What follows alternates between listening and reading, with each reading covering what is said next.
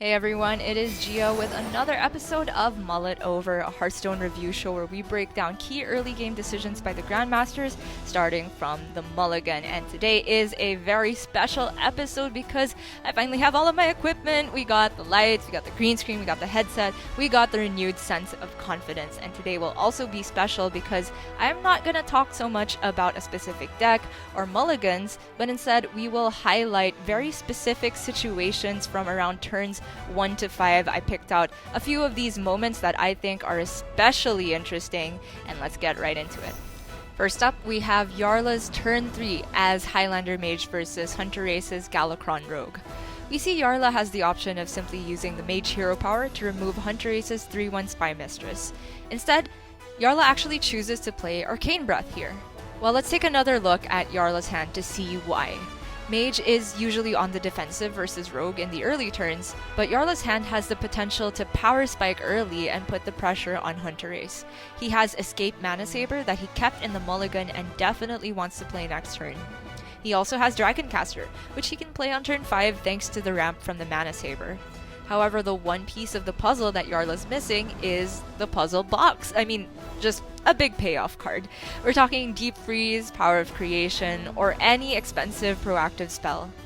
Given that he only has 2 natural draws and no extra mana to get one of those before turn 5, he chooses to play the Arcane Breath already for an additional shot and an impactful free spell. He ends up getting middling options and goes on to pick Netherwind Portal from the Discover, but I think his mindset that the chance to swing huge tempo on turn 5 outweighs the value of an Arcane Breath in hand is completely valid.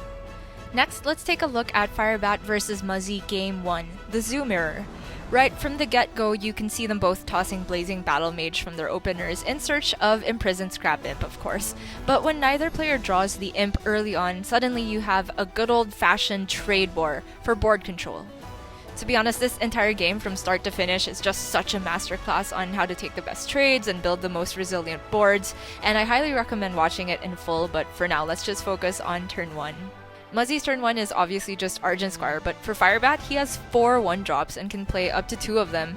And every permutation has merit, but I think that playing 2 minions rather than saving the coin is a must here since it's the most tempo, and he can spend his turn 2 playing the remaining minions guaranteed. Firebat chooses Squire plus Fiendish Servant to start off his game. At first, I thought the Servant was the weakest 1-drop in this situation because it's the only one that immediately dies to Muzzy Squire, but I think now, upon review, this is actually really smart for many reasons. First of all, Muzzy has 2 copies of Abusive Sergeant in his zoo list, so if Firebat plays his Voidwalker or Beaming Sidekick, Muzzy could potentially remove those minions with a Sergeant on his Squire. Second, while both the Sidekick and Voidwalker present more health for Firebat's board, they leave only 2 total attack power for Firebat to trade with.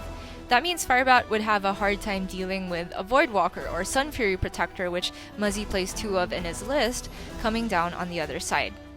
On the other hand, Fiendish Servant played this early means Firebat can get way more total attack power, including the Death Rattle. Whether Muzzy takes the trade or Firebat does it on his own turn, Firebat ends up with a 3/1 Divine Shield minion, which trades well against those 2 likely follow-up minions from Muzzy. We eventually see that the turn 2 from Muzzy is a powerful defensive play in Voidwalker plus Beaming Sidekick, but because Firebat was able to get the attack buff on his Squire immediately, he can take down the Voidwalker over 2 turns. And our final highlight for this episode is from Staz vs Tom60229 Game 2, Demon Hunter vs Galakrond Rogue. Legend has it this turn 2 is still being debated to this day. Special shout out to Orange for tweeting about this spot and starting a discussion within the community. So as you can see here, Staz with his unbuffed Battle Fiend is facing down Tom's Shadow Jeweler Hanar, which is always a scary minion with its infinite secret engine.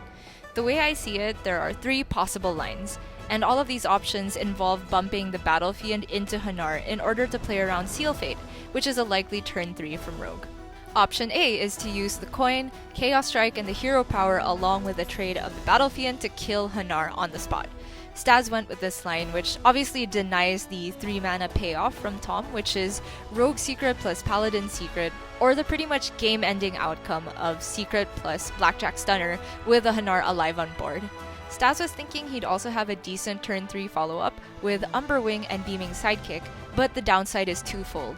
The Battle Fiend, his main aggressive asset, dies to a dagger from Tom even if it's off curve, and Stas has used up the coin, which leaves him very little flexibility for turn 4, which is when Demon Hunter ideally wants to coin out Glavebound Adept or Warglaves as enough. Stas ends up with a Glavebound in hand later on, and has to lose tempo using a Spectral Sight on turn 4 instead. Option B is to use Coin, Umberwing, and Beaming Sidekick on your Battle Fiend and take all the trades to put Hanar to 2 health. This would give Stas maximum board presence this turn, preserving his Battle Fiend from just a dagger kill. I can see the merit behind this because you're still aggressive, but if Tom plays some secrets, having the 1/1s is helpful to test the waters. However, it does potentially mean that Chaos Strike on the following turn doesn't get a good high health target, and also you've used the coin, which could make turn 4 problematic, just like option A. And finally, we have option C, which is to use your Sidekick on your Battle Fiend and Hero Power double trade and save the coin altogether. That leaves Hanar at 2 health. I think this play leaves the most flexibility in response to Tom's turn. It protects the Battle Fiend while still developing an additional minion to help with proccing potential secrets. You can also use Umberwing plus Hero Power to clean up Hanar on the following turn, and most importantly, save coin for turn 4 if you draw Glavebound or Warglaves, or you can have an earlier Skull of Gul'dan. Stas ended up losing this game, but you could argue that his line was still valid because the other options get heavily punished by Bamboozle or Secret plus Blackjack Stunner. But because Tom didn't keep any cards in the mulligan, you can also argue that Stas shouldn't even be playing around it and instead advance his own aggressive game plan. Just so I can say I'm not sitting on the fence, I will say that I like option C the best, but that is only after extensive review, and I admit I didn't even spot that line during the cast itself. Early plays like these can shape a whole game just as well as they can divide a whole community's opinions, but I think that's the best part about Hearthstone is that there's always room for discussion, and I don't have to mull that one over. So, see you all next week.